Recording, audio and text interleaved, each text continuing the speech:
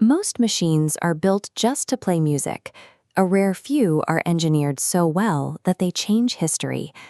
Over the last 50 years, one specific turntable moved past the boundaries of high-fidelity home audio to anchor the global explosion of DJ culture and survive into the modern vinyl revival. This diagram illustrates the mechanical flaw of 1970s audio playback. Traditional players relied on rubber belts and idler wheels to spin the platter. Over time, those parts stretched and wore down, introducing speed drift and motor vibrations that colored the sound. In 1972, Panasonic engineer Shuichi Obata introduced a different approach, the Technics SL-1200.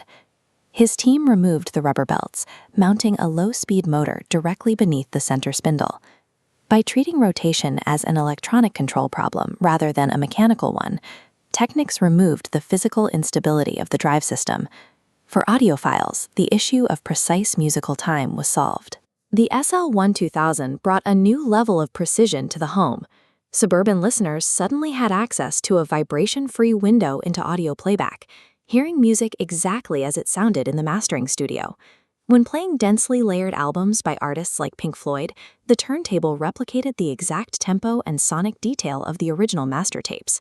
The machine was built with a singular intent, to be a perfect passive player for the era's great albums. To achieve that pristine playback, engineers overbuilt the physical components. That durability unknowingly prepared the SL-1200 for a completely different environment.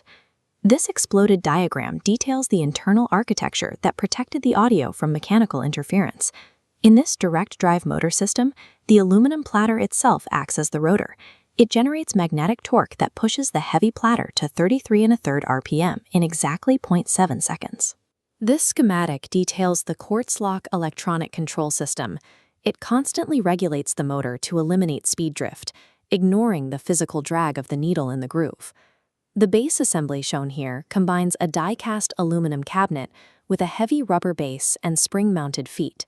This mass was engineered specifically for acoustic isolation. This diagram isolates the precision gimbal suspension tone arm. Using miniature ball bearings and a progressive anti-skating control, it keeps the needle fixed inside the record groove. These specifications were intended solely to prevent domestic distortion. Yet, by eliminating mechanical weaknesses, Technics created a tool robust enough to withstand severe physical manipulation.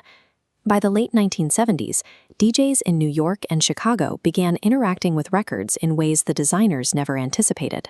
Because of the motor's high starting torque, a DJ could physically hold a record still while the platter spun continuously beneath it. Releasing the slip mat meant the audio started instantly, perfectly on beat. The heavy rubber base and die-cast chassis allowed the deck to sit next to massive club subwoofers without the needle skipping from the vibration. When Technics released the MK2 model, they added a continuous sliding pitch fader. This allowed DJs to manually adjust the tempo to beat match two different records together. Musical genres like hip-hop, disco, house, and techno relied on these extended mixing and scratching techniques. With these specific engineering capabilities, the SL-1200 functioned as a foundational musical instrument.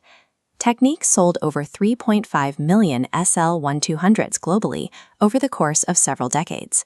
But by 2010, the rise of digital DJ controllers diminished demand, and the original manufacturing molds had worn out. Panasonic discontinued the entire analog line.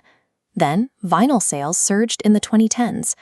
Driven by this new market demand, Technics retooled their factories to resurrect the SL-1200 from scratch in 2016. Today, the deck is the VW GTI of the audio world, revered by audiophiles, modified by collectors, and demanded by professional DJs. This iconic turntable remains a vital bridge between pure engineering and raw human emotion, connecting across generations and preserving our musical memories.